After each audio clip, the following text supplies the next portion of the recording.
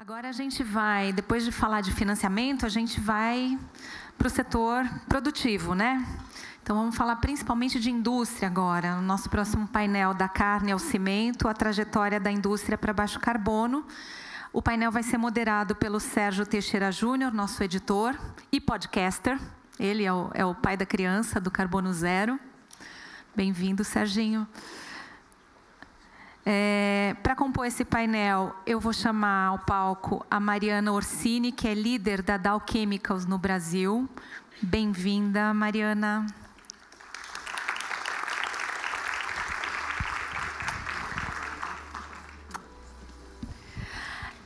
Também para se juntar a nós, o Paulo Pianez, diretor global de sustentabilidade da Marfrig BRF.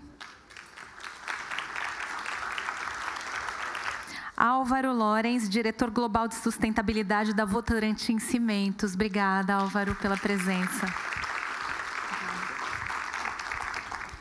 Obrigado por terem ficado até agora. A gente sabe que a gente está um pouco atrasado, mas prometemos contar boas histórias e de coisas que eu imagino que muita gente não saiba ainda. Eu vou começar com você, Mariana. Eu queria que você contasse um pouco. Eu mesmo sei bem pouco sobre o que significa descarbonização no setor da indústria química. Então, dá um panorama geral para a gente, global, mas especificamente do que acontece aqui no Brasil, o que vocês estão fazendo aqui no Brasil e o que tem que fazer ainda. Obrigada, bom dia, Sérgio, bom dia a todos, obrigada pela paciência, vamos tentar agregar valor. Eu vou começar globalmente, porque a Dow é uma empresa do setor químico, a gente chama de setor da ciência dos materiais. A gente tem 128 anos, então é uma história bastante longa e com muitos desafios ao longo desse caminho. Eu acho que o grande destaque que a gente traz para essa conversa é que nós estamos qualificados na categoria setores difíceis de abater, portanto, grandes consumidores de energia. Dentro desse pacote, a gente tem muito orgulho de ser a indústria química global que mais consome energia renovável. Então, acho que isso também reflete o desafio que a gente tem de pensar, tanto pela perspectiva de escopo 1 e de escopo 2, onde a gente consegue proativamente agir para diminuir a nossa emissão, tanto na nossa produção quanto no consumo de energia, para depois de fazer a lição de casa, começar a ajudar a nossa cadeia a impactar. A gente tem globalmente trabalhado muito em novas tecnologias que vão trazer a diminuição das emissões das nossas operações. A gente tem trabalhado muito em buscar as inovações, mesmo as mais eventualmente difíceis, né, de avançar. Tecnologia nuclear, energia nuclear modular, por exemplo, é uma inovação que a gente tem feito várias parcerias nos Estados Unidos para trazer. É uma energia limpa, com muito potencial para descarbonizar. E no Brasil, a gente tem muito orgulho de dizer que das 8 fábricas que a gente tem aqui, todas elas hoje, esse ano, completam 100% de energia elétrica de base renovável. Então, a gente entende que, trabalhando dentro de casa, a gente consegue começar a ter credibilidade suficiente para ajudar os nossos clientes e o resto da cadeia de valor. A gente também tem feito todos os processos de modernização fabril, usando como princípio uma tecnologia que diminua a emissão de carbono. Então, a gente põe um cálculo de carbono interno para todos os nossos projetos de paradas de manutenção, que na indústria química são bastante comuns, né? Então, todas as mudanças tecnológicas pressupõem que a gente diminua a pegada da nossa operação. E como a gente também se compromete a começar a calcular, a partir da ciência dos materiais, como a gente calcula a pegada de carbono dos nossos produtos para os nossos clientes. Então, por exemplo, o Votorantim é um cliente nosso, a gente tem várias colaborações com eles e agora está começando a apresentar produtos que já têm uma pegada de carbono menor. Então, base energética, faz cálculos, a gente tem uma equipe de LCA que está capacitada para qualificar esses produtos e oferecer essas soluções de mais baixo carbono. Mas é um desafio longo, porque ele demanda muito investimento e são projetos longos, né? São megaprojetos. O principal megaprojeto que a gente tem hoje, por exemplo, está no Canadá, porque ele oferece uma combinação de matéria-prima disponível mais perto, tecnologias disponíveis no país e uma regulamentação e um pacote de apoio do governo que viabiliza que esses investimentos, que são mais caros, sejam possíveis para a gente modernizar a nossa indústria. Ótimo, obrigado, Mariana. Bom, agora vamos falar de cimento, que eu acho que é um dos casos mais claros da chamada indústria de difícil descarbonização, né? Porque a produção do cimento, não dá para fazer cimento sem emitir dióxido de carbono. Álvaro, me conta se você puder brevemente explicar para as pessoas, que não está claro para todo mundo como se faz cimento, eu não sabia, por exemplo, fiquei sabendo bem recentemente, por que esse processo emite carbono e o que dá para fazer, o que vocês já estão fazendo para descarbonizar esse setor, que é um setor que globalmente responde por cerca de 8% do total dos gases de efeito de estufa lançados na atmosfera. 7. Ok. Faz muita diferença, gente. Você arredonda para baixo, a gente topa. Muito bem, prazer estar com vocês aqui. Obrigado pelo convite. De fato, assim, para a gente simplificar um pouco como é que faz esse cimento, é igual fazer uma receita de bolo, né? Então, você precisa ter a sua matéria-prima, que no caso de cimento, em qualquer lugar do mundo, você tem que ter alguns componentes que vêm da natureza. A matéria-prima principal é o calcário.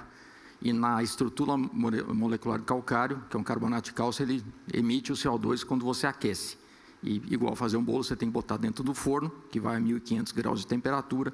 E nesse processo, então, para que a temperatura aumente, você usa uma fonte de energia, que pode ser o combustível fóssil ou outras fontes de materiais que geram essa energia. Então, você gera CO2 basicamente pelo aporte de energia térmica e pelo processo de descarbonização, que faz com que, então, esse CO2 que está preso dentro do calcário acabe sendo emitido.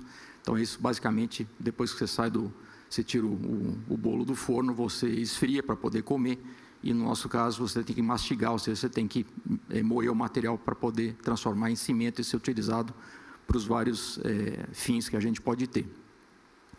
O processo de descarbonização, de maneira geral no setor, ele endereça quais são as alavancas mais tradicionais que a gente tem, que basicamente é a gente substituir a matriz de energia fóssil por outros materiais, explorando o conceito de economia circular. Então, a gente pode utilizar, na semana passada a gente teve aí vários jornalistas, inclusive o pessoal da R7 visitando o estado do Pará, onde a gente tem um exemplo super bacana, que a gente tem a utilização de caroço de açaí, em que a gente usa como uma fonte de energia por uma das nossas fábricas aqui no Brasil. A gente tem na Espanha caroço de azeitona, a gente pode usar pneu, a gente pode usar plástico que não seja reciclável. A gente incentiva a questão da reciclagem, que eu acho que é um aspecto super bacana, né, de que o coprocessamento, ele, na verdade, incentiva a reciclagem de alumínio, de vidro. Então, uma das alavancas importantes é reduzir a necessidade de uso de combustíveis fósseis. A segunda é que no processo que você faz da venda do seu cimento, o cimento ele é vendido de acordo com a aplicação que ele vai ser utilizado. Então, você, para fazer um prédio, tem que ter um tipo de cimento. Para você, eventualmente, preencher um buraco na calçada da sua casa, você pode ter um outro tipo de cimento. E existem cimentos que têm uma especificação técnica que é diferente. Então, quanto mais a gente puder reduzir a quantidade de material que vai dentro do forno e fazer cimentos que usem menos esse material, a gente consegue ter um produto com uma pegada cada vez menor. Como foi falado nos painéis anteriores, não tem como fazer cimento sem muito aporte de tecnologia. Então, ou seja, a gente tem investido bastante em inteligência artificial, na questão de predição, na questão de a gente desmaterializar, que foram nas palavras que algum dos CEOs colocou aqui, que é importante, né? Como é que você faz métodos construtivos em que você tem a mesma responsabilidade técnica na construção, mas que do ponto de vista de engenharia e arquitetura você consiga desmaterializar o seu prédio para que ele possa ter uma quantidade de consumo de matérias-primas que vai ser cada vez menor. Então, isso, ao longo da cadeia, é um aspecto super importante. Então, a inovação e tecnologia é fundamental, mas, no final das contas, como toda a indústria de difícil abatimento, o processo de captura de carbono ele é uma necessidade. A Votorantim Cimentos hoje está presente em vários locais do mundo, e nós, inclusive, estamos presentes em alguns países que têm já mercado regulado de carbono. Então, a gente tem trabalhado, por exemplo, com alguns projetos de captura de carbono, que é uma tecnologia complexa, super cara, consome muita energia, mas certamente uma tendência que tem. E depois, se der um tempinho, eu vou falar um pouquinho sobre a importância, dado o fato de que nós estamos no Brasil discutindo a questão da COP, a importância da gente tratar o tema de soluções baseadas na natureza, que eu acho que é um aspecto que é super relevante para nós aqui no Brasil e como brasileiros. Ótimo, obrigado, Álvaro. Bom, Paulo, eu acho que o interessante desse painel é que tem 3 negócios completamente diferentes, né? E o caso da Marfrig BRF, acho que é bem particular, né? O seu problema de descarbonização é bem particular, bem complicado. Eu não sei se ele é considerado um setor de difícil descarbonização, mas se não é, deveria, porque a gente está falando de um problema com muitas peças móveis, né? Então, Paulo, queria pedir para você também dar um panorama breve sobre qual é o que significa descarbonização para a BRF Marfrig. Bom dia, acho que boa tarde já, né? Boa tarde aqui aos colegas, painelistas. Sérgio, super obrigado pelo convite. Boa tarde a todas e todos aqui. Bom, eu vou dar um panorama só rapidinho de pecuária também, né? Até para a gente poder entender um pouco desse contexto, porque ele é importante até para depois a gente dizer um pouquinho o que seria descarbonização, ou como a gente entende como descarbonizar esse setor, né? O setor da pecuária bovina, de aves e suíno. A pecuária é um segmento extremamente importante no Brasil, ela responde mais ou menos como segmento único, 8% do PIB, são 180 bilhões de dólares que a gente está falando, né? Emprega uma quantidade muito expressiva de pessoas, completamente distribuídas no território brasileiro. Para vocês terem ideia, quando a gente traz aqui para a pecuária de gado de corte, 85% da produção de gado de corte no Brasil está concentrado nos biomas Amazônia e Cerrado, o que já traz um outro desafio adicional. A gente tem mais de 160 milhões de hectares de pastagens hoje no Brasil, pastagens hoje com muito boa qualidade, pastagens que têm um grau de degradação bastante grande também, e que isso também é um desafio, porque a depender de como você faz o manejo dessa pastagem, você pode ter um grande emissor ou um grande sequestrador de carbono. Então, na verdade, quando a gente fala de descarbonização nesse setor, 98% está nas fazendas. Então, quando eu trago isso para o mundo, tanto de BRF, né, para aves e suínos, e quando eu trago isso para Marfrig, para bovinos, cerca entre 97% e 98% das emissões estão concentradas no escopo 3, né, ou seja, diretamente ligadas à nossa base de fornecimento, sejam nos integrados de suínos e de aves, ou seja, no mercado spot de compra de animais, né, que é um mercado diferente, que é um segmento diferente dentro desse setor, porque eu não tenho fazendas integradas com contratos de longo prazo, nas quais a gente tem um nível de controle muito maior. No caso de gado, o mercado é totalmente spot. Hoje eu estou comprando de um fornecedor, não necessariamente eu vou comprar daquele fornecedor novamente. Para fazer a vida mais desafiadora nesse setor também, aí já trazendo para o nosso caso aqui, a quantidade de produtores é gigantesca. O Brasil tem cerca de 5 milhões de propriedades rurais. Pelo censo agropecuário de 2017, cerca de 2,5 milhões de produtores rurais no Brasil se dedicam à pecuária de corte, falando agora de bovinos, né? E desses, cerca de 1,9 milhão, mais ou menos, no mesmo censo, são pequenos produtores que têm áreas até 100 hectares. 100 hectares para o Brasil é uma pequena propriedade, né? E grande parte das emissões em pecuária está naquilo que a gente chama flag, né? Ou seja, diretamente vinculado às emissões ligadas à floresta e uso da terra, né?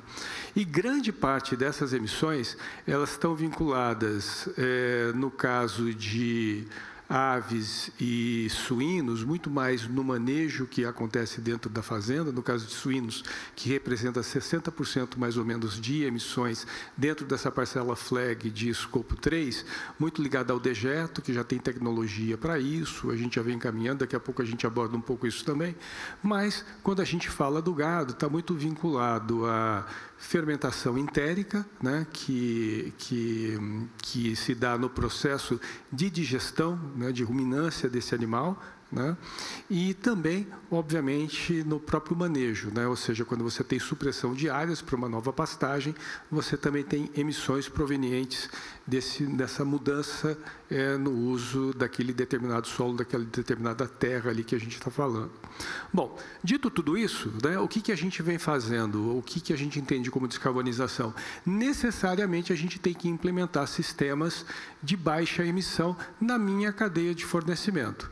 Na cadeia de fornecimento de aves e suínos, melhorando o manejo desses integrados, implementando sistemas de biodigestão que vão usar como insumo esses dejetos suínos, que depois vai virar um biometano, que pode ser usado como combustível, tanto para geração de energia nas próprias plantas, ou como energia para mover os caminhões que fazem parte da frota que atende a companhia, né?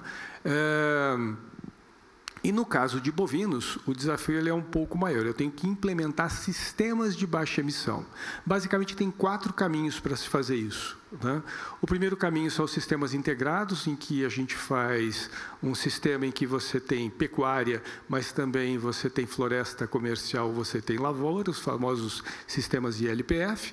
Um segundo caminho é você ter melhoria genética nesse animal. Quando a gente fala de gado, eu estou falando de um ciclo longo, né? Esse animal ele vai ficar pronto para o abate em 30, 35 meses. Então, ele tem uma vida longa, diferentemente do que é uma ave, que é um ciclo muito curto, né? Tanto que a gente abate cerca de 2,5 milhões de animais, de bovinos, por ano, né? E são 6 milhões de aves por dia, 1 bilhão e 700 milhões de aves ano, né? Só para vocês terem ideia do volume, né?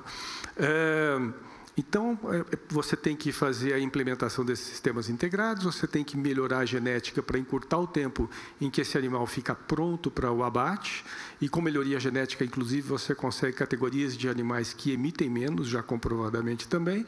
Fazer suplementação alimentar na fase da engorda do animal, né, quando ele vai comer algum tipo de complementação, que é uma ração. Hoje já tem tecnologia, tem aditivos que você adiciona a essa alimentação do animal, que vai ter uma contribuição significativa também na diminuição de emissões.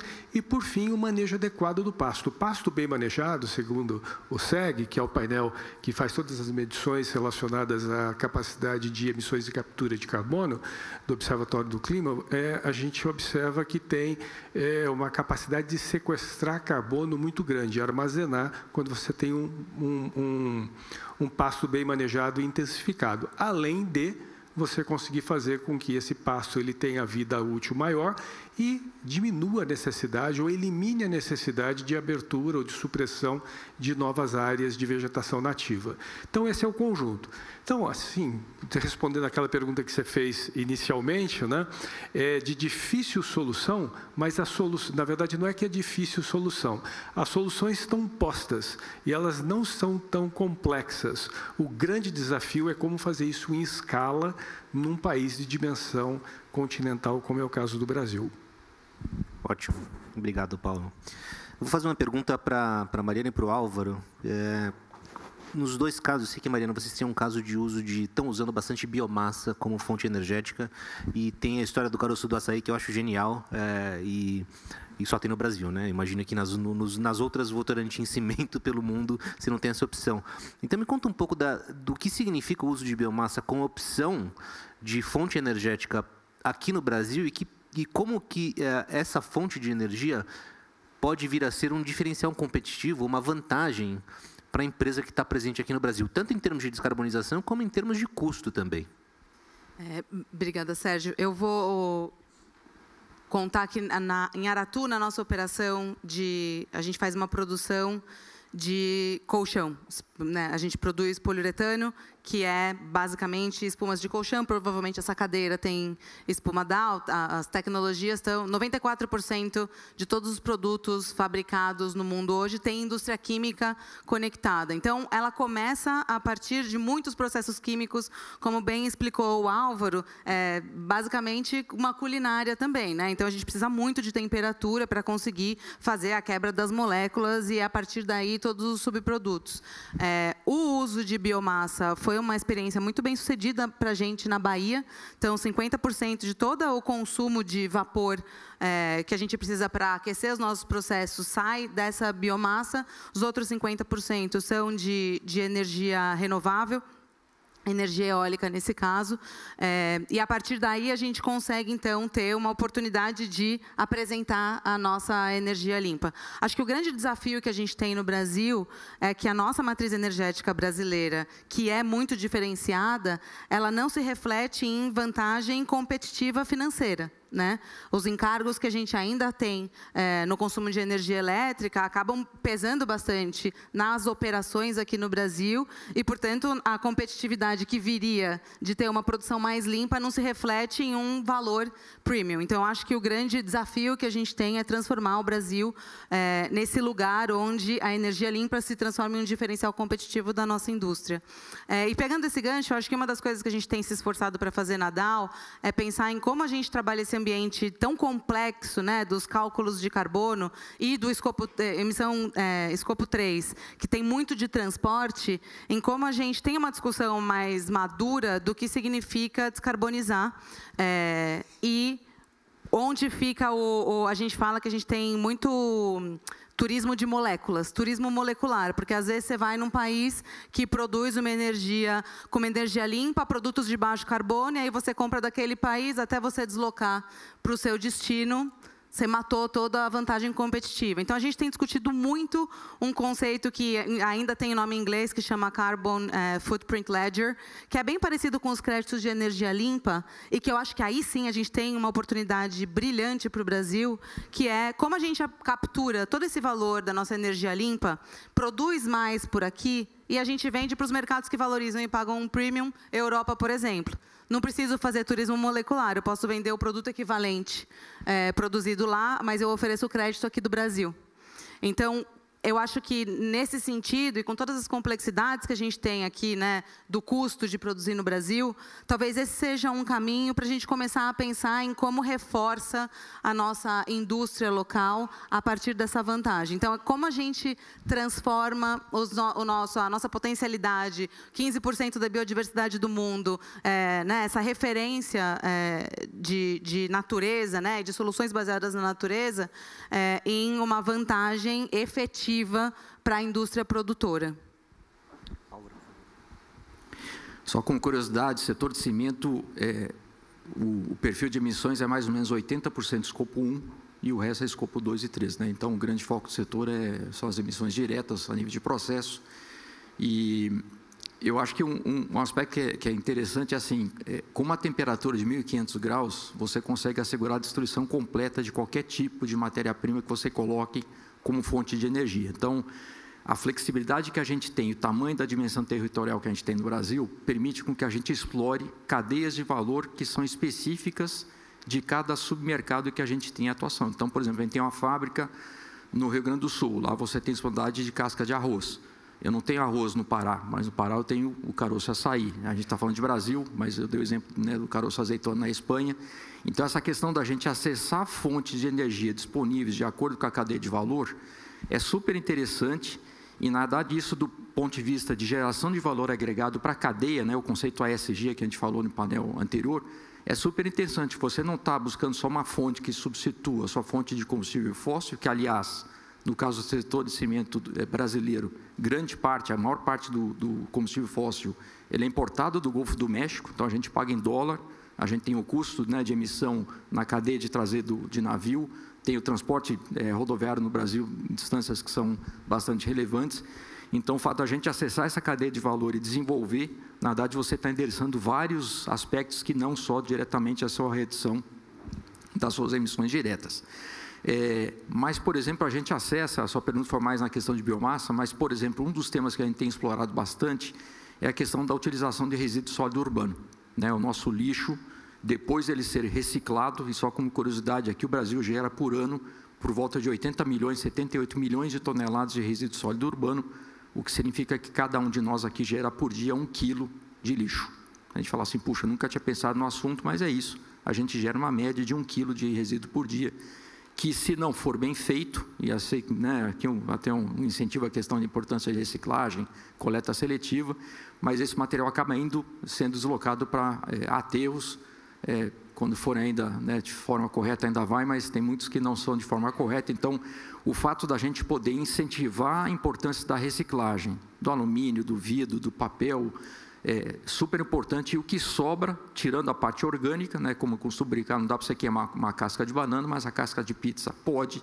A gente está ajudando a reduzir essa questão do impacto ambiental, da questão de aterros, e a gente está deixando de utilizar uma fonte de combustível fóssil e a gente está beneficiando a cadeia como um todo, né? Em 2023, a gente foi a primeira empresa de cimento no Brasil a ter um financiamento do AFC, né, o Banco International Finance Corporation, 150 milhões de dólares, financiamento verde, para que a gente possa investir numa fábrica nossa aqui no estado de São Paulo, em que a gente vai chegar aí a mais de 70% de substituição de combustível fóssil, utilizando resíduos de outras indústrias e o resíduo sólido urbano, o que, de uma certa forma, ajuda bastante a questão da nossa pegada de CO2, porque esse CO2 já foi emitido por alguém, então a gente não precisa mais emitir. Então, é o ganha-ganha, é o conceito de economia circular que eu acho que o mundo todo precisa, e eu acho que foi falado um pouco no primeiro painel, a importância do aspecto colaborativo, participativo, pré-competitivo, porque no final, sim, existe concorrência de mercado,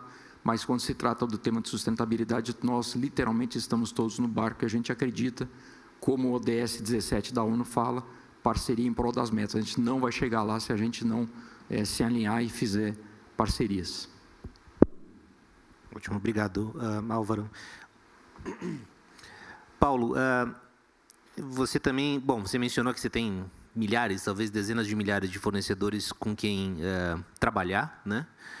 E que tentar influenciar, provavelmente ajudar a baixar as emissões desses fornecedores, que vai influenciar o seu grande problema de emissões de carbono.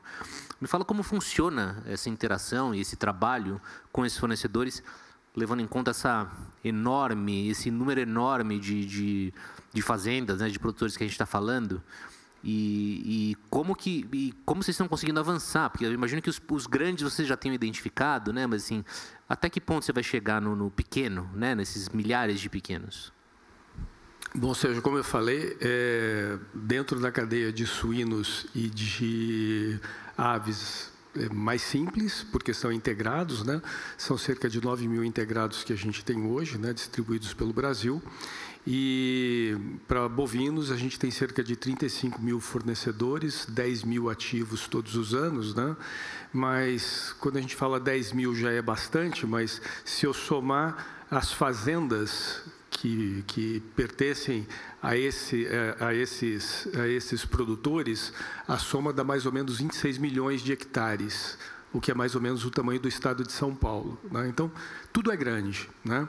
O próprio segmento já é muito complexo. Eu estava falando aqui a quantidade, a gente tem 238 milhões de cabeças de gado de corte, gado comercial no Brasil, né? Tem mais de um animal por pessoa. Então, assim, o desafio ele é sempre bastante grande, e do ponto de vista de como atuar diretamente nesses produtores, a gente partiu da seguinte estratégia. A gente lançou um programa, começou ali em 2019, foi lançado oficialmente em 2020, chama Verde Mais, né, que permeia as companhias. E primeiro foi o entendimento do que é a realidade da produção pecuária no Brasil. A gente fez um amplo mapeamento de onde está essa produção. A gente classificou isso por níveis de risco, zonas de maior risco ambiental, seja por supressão de áreas, ou seja, até por níveis de emissão que aquelas regiões, por uma análise territorial, potencialmente poderia sugerir também, né? E começamos, então, a atuar diretamente no produtor propriamente dito. Começar a entender o que é a realidade do meu produtor direto, do meu fornecedor direto, né? Nos integrados a vida fica um pouquinho mais simples, mas aqui focando mais em bovinos, que é mais desafiador, né? Quem me fornece diretamente? Desse fornecimento direto, a gente começou a fazer leitura satelital, literalmente imagens de satélite dessas propriedades, para ver como que essas propriedades estavam do ponto de vista de reserva legal, de áreas dedicadas à produção pecuária e de áreas dedicadas a outros tipos de cultura. Se ele tem ali floresta, mas é floresta de cunho comercial, se ele tem lavoura, até para entender. E nisso desenvolvemos algumas proxies também, que foram feitas em conjunto com o Embrapa, em conjunto com o CIAT. Tem um cientista brasileiro que é super renomado nisso, se chama Sinildo Costa, que vem trabalhando conosco até hoje para fazer o entendimento de todo esse composto, de toda essa base territorial. E, a partir disso, a gente definiu as nossas metas, para vocês terem ideia, a Marfrig foi a primeira a ter as metas de redução de emissões aprovadas pelo SBTi em 2022, foi a primeira globalmente, a gente agora está trabalhando as metas para incorporar FLAG. A BRF foi a primeira também globalmente a ter as metas aprovadas no começo desse ano, já incorporando FLAG. Para a gente entender exatamente daquilo que nós íamos fazer lá na ponta, como que a gente faria a contabilização disso. E para poder trazer esse produtor mais próximo, a gente começou a trabalhar muito na fidelização dentro de um mercado spot, que isso é muito mais complicado, mas a gente fazer com que esse produtor tivesse maior recorrência e começamos a fazer um trabalho de ajudá-lo a regularizar a situação que ele tem. Para vocês terem ideia, só em uma das tranches que a gente fez uma operação de quase 40 milhões de dólares com o End Green Fund, que foi totalmente aplicado para a gente levar esse tipo de tecnologia a cerca de 4 mil produtores. Na verdade, foram 4.190 produtores que a gente investiu diretamente para fazer com que ele pudesse ter as melhores práticas de produção pecuária sob a ótica de menor emissão possível. Com isso, a gente conseguiu fazer com que melhore, obviamente, aqui, ou a gente atinja os números, as bases de redução que a gente tem que ter e tem que submeter anualmente ao SBTi, porque tem uma meta de redução de 33% de emissões até 2035, com base em 2019, e também começar a entender como que a gente poderia, além desses que me fornecem diretamente, entender a realidade daqueles que fornecem indiretamente. Hoje, a gente já tem conhecimento de cerca de 90% de toda a cadeia de produção, do nascimento do animal até o momento do abate, o que significa dizer que vai assegurar um animal que não vem de área de desmatamento, não vem de uma terra indígena, de uma unidade de conservação, de uma terra quilombola, de uma área de embargo, mas na outra ponta também, que é tão importante quanto, entender como que é o território que aquela produção acontece do ponto de vista dessas proxies desenvolvidas de emissões. Agora, o que significa dizer que você tem que investir nisso. Obviamente que os recursos que a gente tem para fazer esse tipo de investimento, eles não são suficientes. Então, se a gente quiser fazer com que haja uma escala dessa solução para a produção pecuária no Brasil como um todo, a gente vai ter que desenvolver mecanismos financeiros que deem conta disso. Nós não temos hoje todos eles, tem muita coisa já que está sendo criada para isso, mas esse talvez seja o maior desafio de dar escala a modelos que já existem. No nosso caso, para dar conta do nosso recado, olhando para o nosso umbigo, é o investimento direto para que a gente consiga efetivamente fazer isso acontecer. Ótimo, a gente está acabando, então vou fazer uma última pergunta, e vai ser a mesma pergunta para... De novo, porque acho o negócio de vocês é um pouco mais parecido do que com o do Paulo, Uma coisa que tem sido muito repetida pela presidência da COP, e eu acho que a gente vai ouvir cada vez mais isso daqui até novembro, é essa ideia de compartilhar ideias e cooperar e mostrar o que já está funcionando, porque, assim, de novo, são setores que têm tecnologias que ainda não estão comprovadas, mas tem muita coisa que já funciona. E eu queria entender, primeiro de você, Mariana, depois de você, Álvaro, como vocês enxergam essa oportunidade de contar histórias do que a gente já está fazendo aqui no Brasil, do que as empresas de vocês estão fazendo aqui no Brasil, para o mundo, para as pessoas que vão vir para cá e vão, talvez não provavelmente não sabem do que já se faz aqui no Brasil.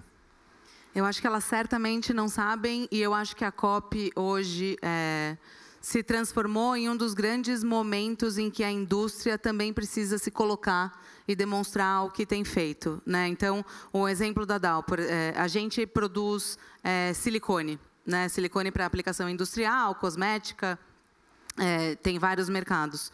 E a produção de silicone começa no Pará. Para a gente. O silicone começa na produção de silício metálico, que é basicamente cavaco de madeira, carvão vegetal ou mineral e pedras de quartzo. A gente faz essa produção aqui no Brasil, alimenta as nossas fábricas nos Estados Unidos, e hoje a gente já tem cálculo de que o silício metálico que a gente produz aqui no Pará já é o silício metálico com a menor emissão de carbono do mercado. Agora, o que a gente está tentando entender é como é que a gente capitaliza esse esforço todo, porque foram muitas tecnologias. A gente tem tecnologia para a produção do nosso próprio carvão, porque garante que a gente consegue acompanhar a operação de perto. A gente também faz uma série de cálculos de quais são as tecnologias que a gente emprega, em que dinâmicas a gente emprega para chegar no produto final já com uma pegada menor, e de que maneira a gente captura o valor do esforço feito a partir desse investimento. Então, essa visão, essa lógica de cadeia de valor é uma das coisas que a gente tem se esforçado muito para fazer, porque a indústria química se posiciona como a indústria das indústrias, né? Então, eu sou fornecedora da Votorantim, também sou fornecedora da Marfrig pela parte de embalagens plásticas. Acho que tem um esforço da gente também amadurecer um pouco algumas conversas de mocinhos e vilões, né? A gente sabe que o plástico é o vilão que todo mundo adora odiar, mas já tem um monte de pesquisas demonstrando que, em comparação com os outros materiais, as embalagens plásticas podem ser grandes aliados da sustentabilidade na emissão de carbono. Então, a quantidade de dias que uma carne da Marfrig dura numa embalagem de plástico evita uma emissão de carbono enorme em desperdício de alimentos, assim como para vários outras aplicações de alimentos, que duram, uma fruta dura de 4, muda para durar 14 dias viável. Então, tem muitas conversas que a gente precisa amadurecer para entender onde efetivamente os produtos e as tecnologias precisam melhorar. O desafio do plástico é a circularidade. Como bem trouxe aqui o nosso colega Álvaro, a economia circular é uma transição muito importante da nossa indústria. A nossa indústria não foi pensada circular na sua essência, ela foi pensada a partir da gôndola. Toda a indústria. Agora a gente está começando a ter uma conversa mais madura de, puxa, qual é a sua responsabilidade depois que o produto foi consumido? O que a embalagem tem para oferecer? E 40% do nosso lixo ainda está em lixão, né? Então, apesar de ter um esforço enorme, uma política pública muito progressista de 2010, que é a Política Nacional de Resíduos Sólidos, a gente sabe que os desafios são enormes de implementação. Então, como é que a gente equilibra circularidade com descarbonização, com o consumo de água e a nossa relação com a natureza? Então, acho que tem um cálculo muito difícil de ser feito, muito complexo, mas que a gente tem que ser capaz de contar de uma forma mais simples, né? Então, para a gente, na COP, por exemplo, a Dow é a única empresa de indústria química do mundo que tem metas para água e biodiversidade.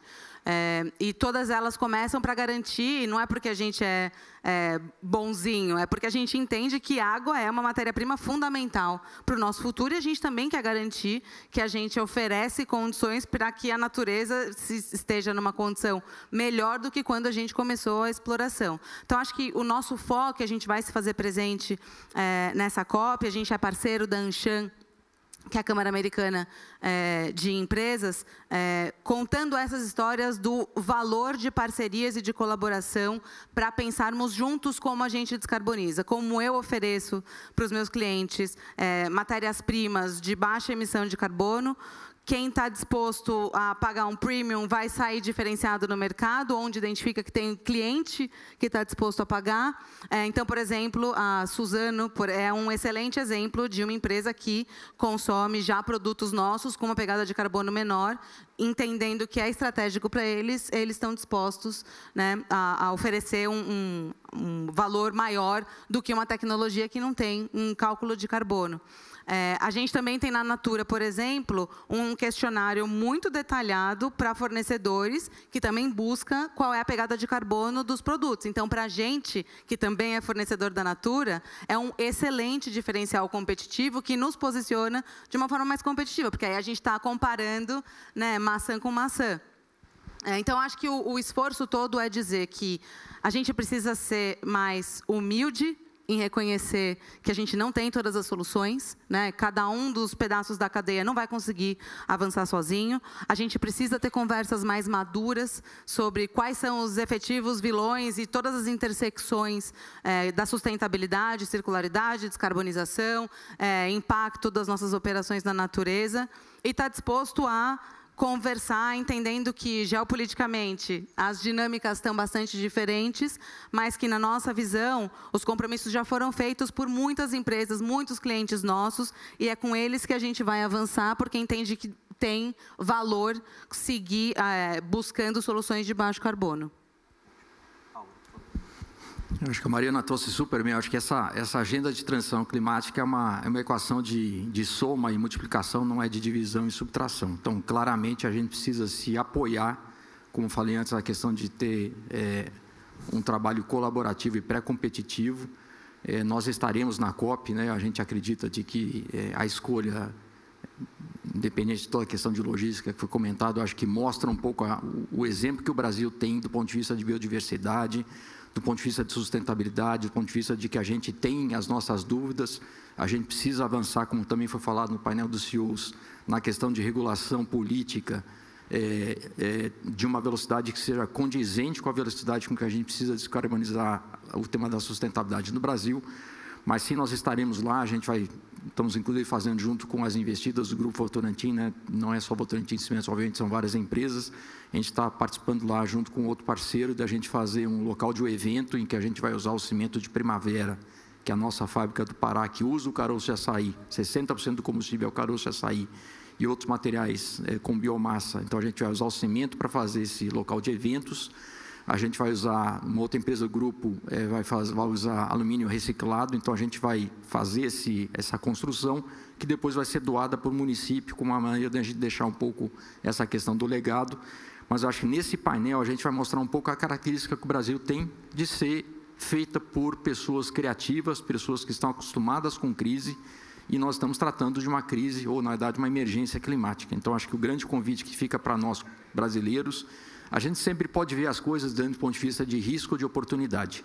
A COP em Belém tem risco? Claro que tem, e a gente falou de alguns deles, né? A Ana Toni comentou, o Dan talvez não foi tão enfático, mas certamente tem alguns riscos, mas como é que a gente encara isso como uma oportunidade de dizer, olha, o Brasil é um país que vale a pena investir, a gente precisa de investimento, a gente precisa de linha de financiamento, mas a gente tem um país que pode explorar. Eu não falei aqui, mas a questão de soluções baseadas na natureza, como é que a gente concilia a necessidade de dizer de que o sul global não tem ainda disponibilidade de tecnologia e custo e energia disponível para poder sustentar essa necessidade de estocagem de CO2, mas, por outro lado, a gente precisa, porque o Brasil não vai cumprir a sua meta da NDC se a gente não endereçar a questão de desmatamento legal e ilegal e toda a questão de uso do solo. Então, ao fazer isso, explorando a questão de solução baseada na natureza, a gente está ajudando o Brasil a cumprir a sua meta de NDC, a descarbonizar, respeitando as particularidades que cada país tem. Eu acho que a gente tem tudo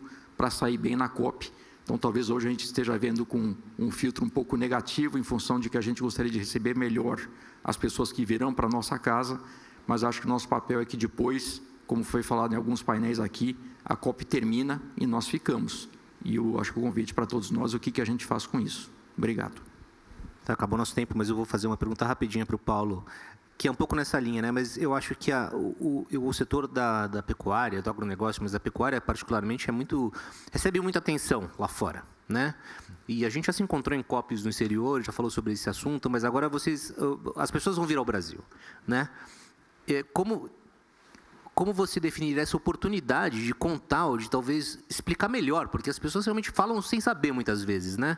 Falam de desmatamento e a gente sabe que desmatamento a maior parte é um crime, né? É algo ilegal. Me fala como vocês estão pensando nessa oportunidade de contar a história ou de as pessoas verem um pouco mais de perto a realidade brasileira, a realidade do setor de vocês.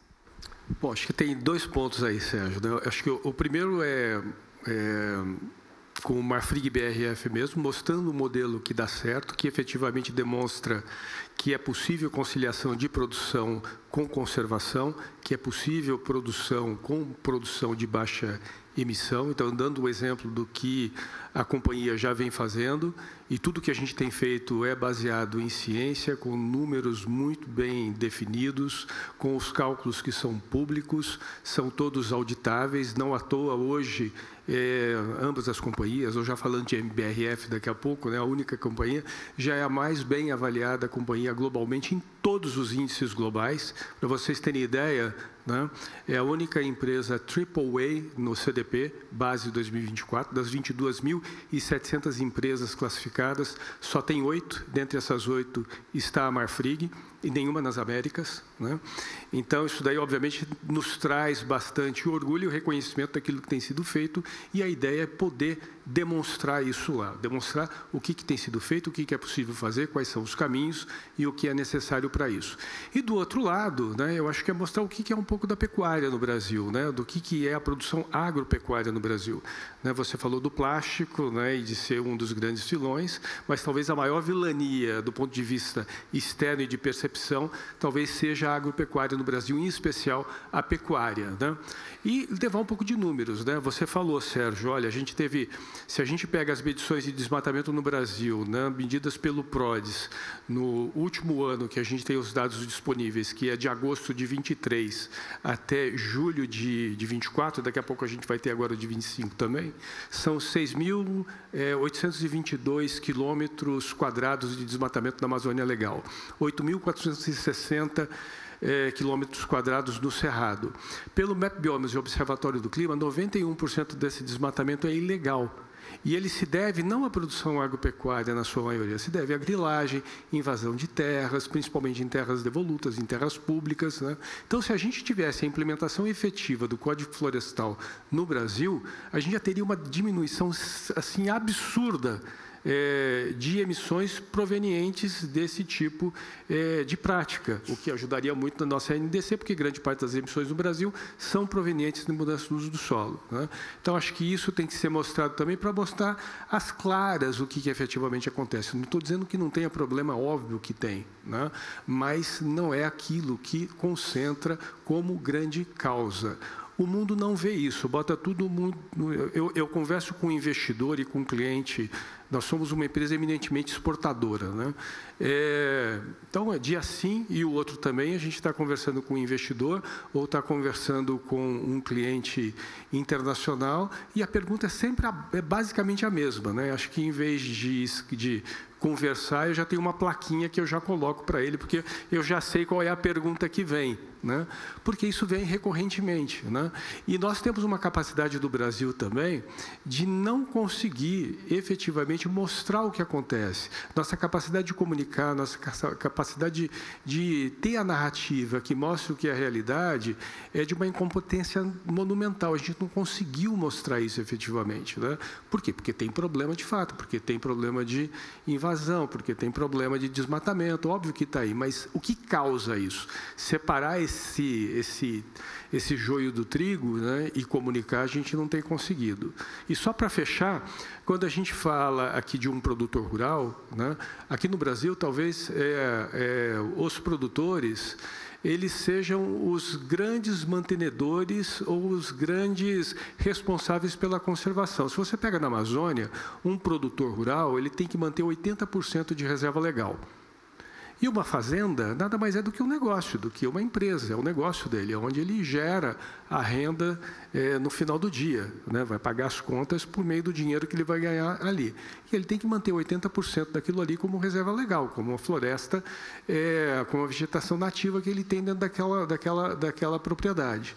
Se a gente fizer um paralelo, é mais ou menos dizer o seguinte, né? Olha, eu sou dono de uma pousada e eu tenho 100 quartos na minha pousada, mas eu só posso alugar 20. Como é que a gente monetiza os outros 80 quartos que eu não posso alugar? Ou como que a gente monetiza ou valora aqueles 80% de reserva legal que é mantida?